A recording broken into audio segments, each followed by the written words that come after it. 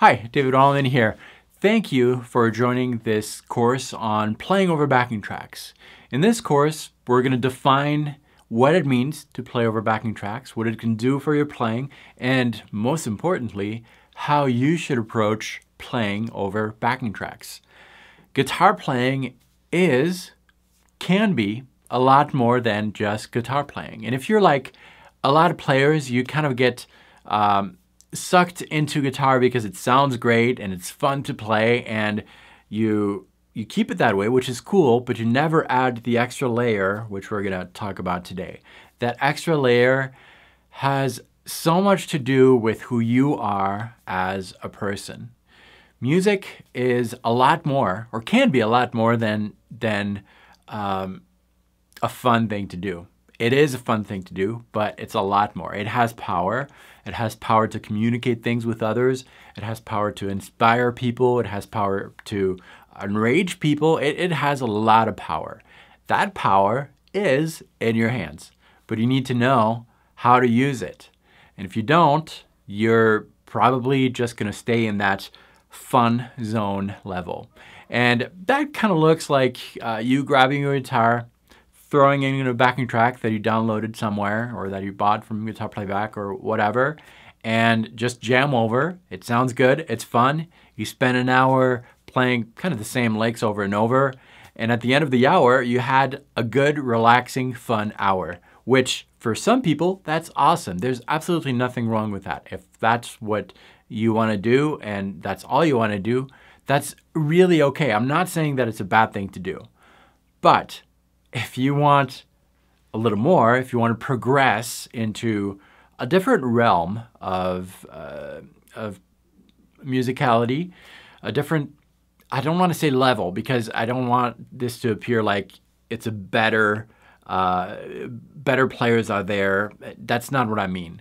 But maybe a deeper experience, a deeper musical experience. Then you need to have a targeted approach when you're playing over backing tracks. This first video is going to be spent defining a lot of things and kind of like setting the playing field.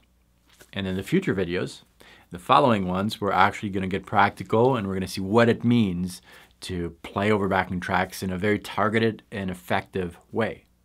But let's define things a little bit. So if you've been following me for a while, you know how much I love making the analogy between speaking and playing music. It's very similar, and the effect is the same. With my words, I can encourage you, I can hurt you, I can do a lot of things with my words. Same with music. Notes.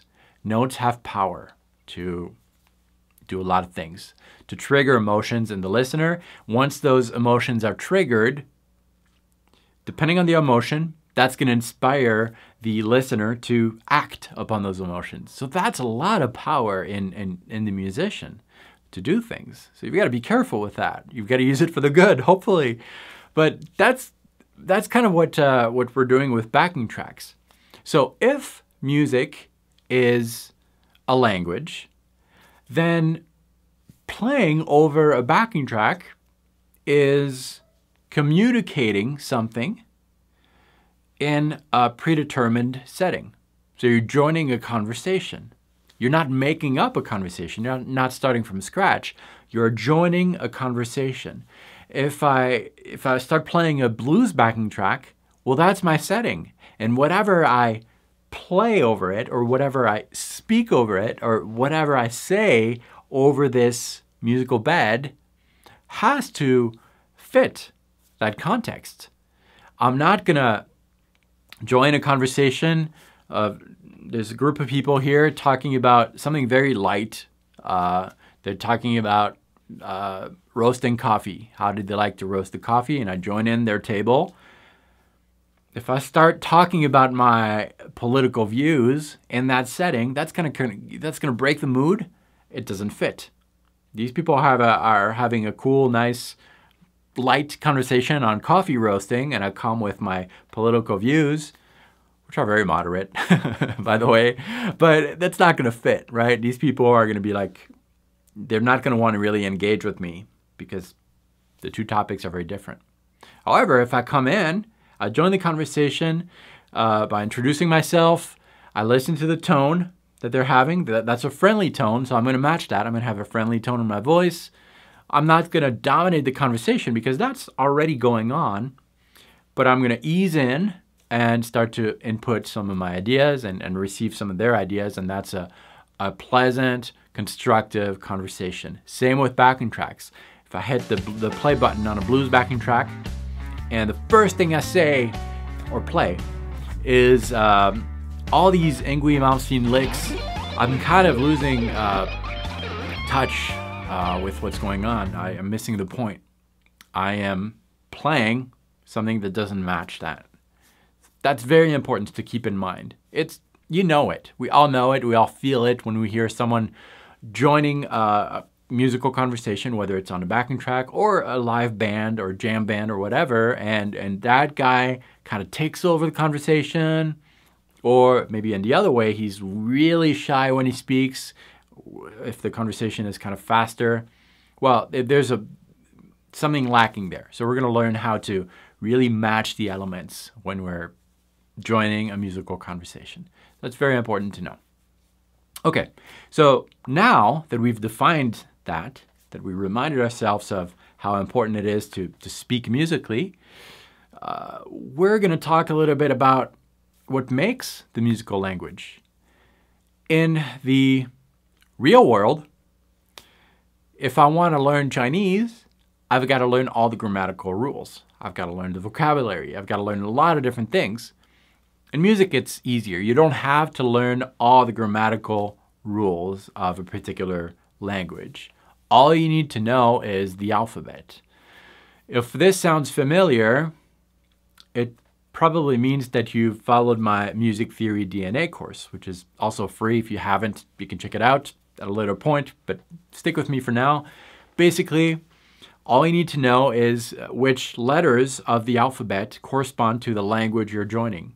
So let's say that I'm joining a musical conversation that's going on, and that conversation happens in the Dorian language. Dorian is a language. It's a scale, it's a key, but we'll call it a language.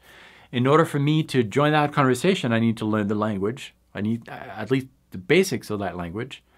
What that means is that I need to know the Dorian alphabet.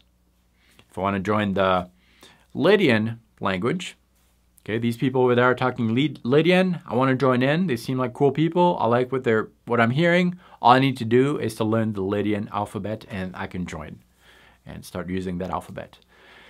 Okay, I'm going to make a bold statement, which is not necessarily true all the time, but if you just take it as it is, don't worry about the exceptions. It's really going to help you.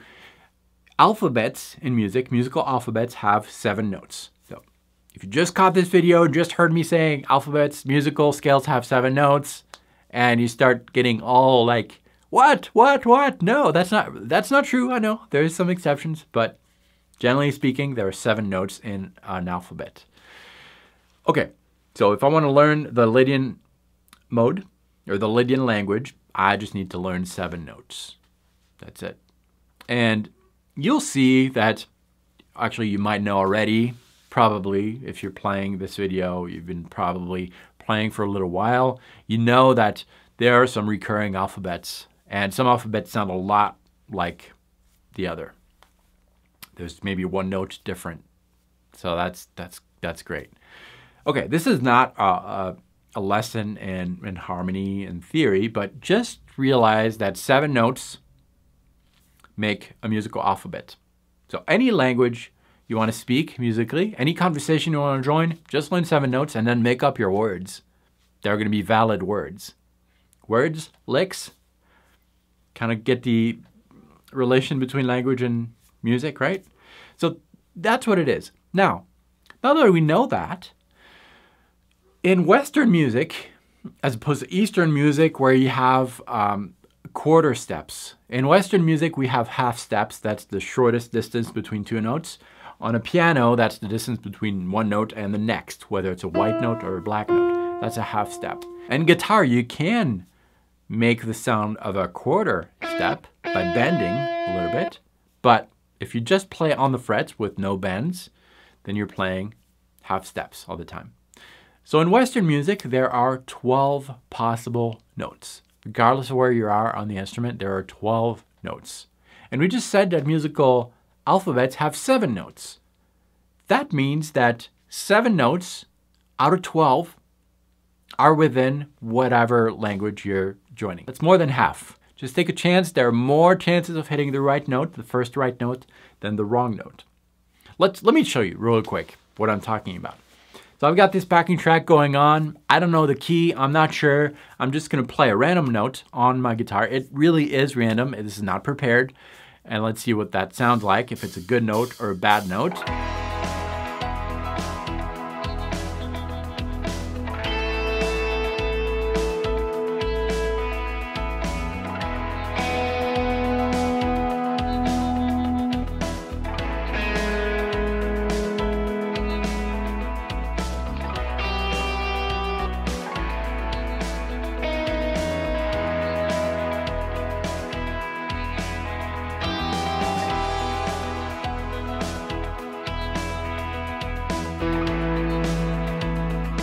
All right, so you saw that, yes, there are more chances of hitting a right note than a wrong note. Once you have one note, there are things you can do to figure out the other ones. And the more you play, the more alphabets you learn, the more conversations you have, the more your ear is going to be tuned in to what kind of conversation is going on here. This is actually a fun little exercise we can do here by visiting greatlanguagegame.com. And in this game, I'm going to hear different samples in different languages, and I'm going to have multiple choices. I will have to decide what language this is part of. And you'll see that here, as I'm playing the game, I'm starting to really recognize the German language amongst other languages. It's the same with music. The more you hear a particular scale, the more you're going to really pinpoint that this is the scale that you're hearing. So the more you play, the easier it's going to be to pinpoint with your ears which language is being used.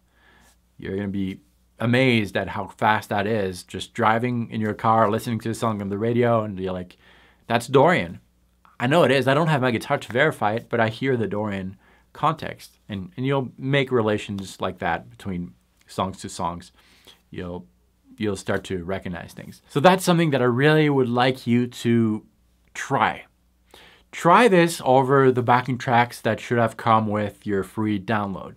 This is something that's really going to help you. Just hit play on one of these backing tracks and play a note. And ask yourself, does this note fit what I'm hearing or not?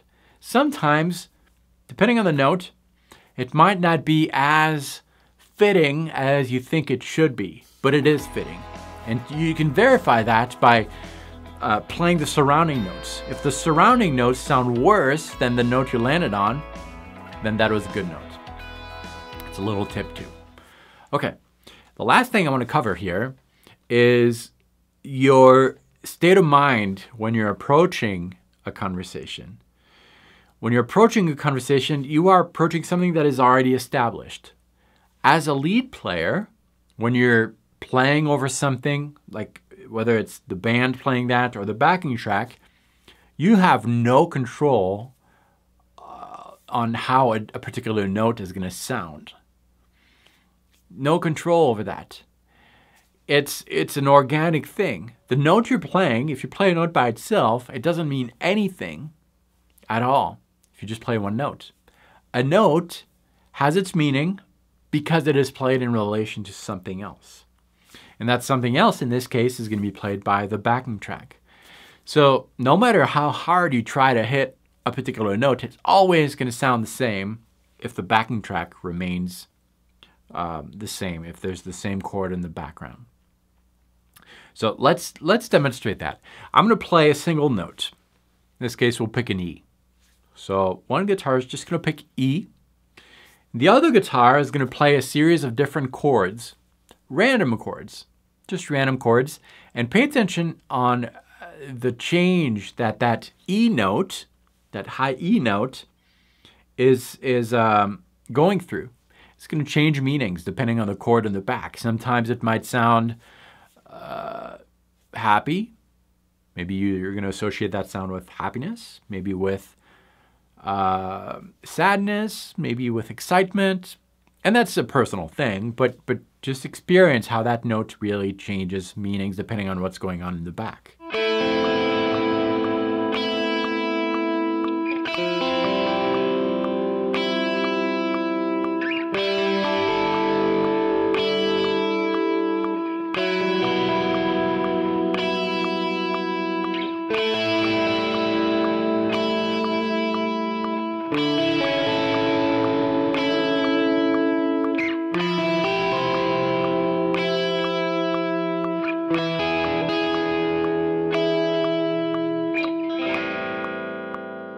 That's a cool thing, because that means that you can use that to your advantage. If the backing track is playing through, let's say, 4 chords, if you just know one note and play that just one note throughout the track, each time a new chord hits, that note is going to sound different. That line that you're playing has different meanings because you're letting the backing track do its thing. We're going to get a lot more practical in future videos, and that's coming just in a few days. Video number 2 is coming in a few days. But until then, what I'd like you to do is practice that over the included backing tracks. Just hit play on a backing track and pick a note. See if that note fits or not. If it doesn't, then try another one, and you'll see that more than half of the notes do fit. And then stay on that note for a while. Try to speak musically with just one-letter words. It's going to match, and see how that note changes. Let's recap what we learned in today's video. We learned that any musical conversations, any musical alphabet has 7 notes. We also learned that more than half of the notes on your instrument are going to fit the conversation you're joining.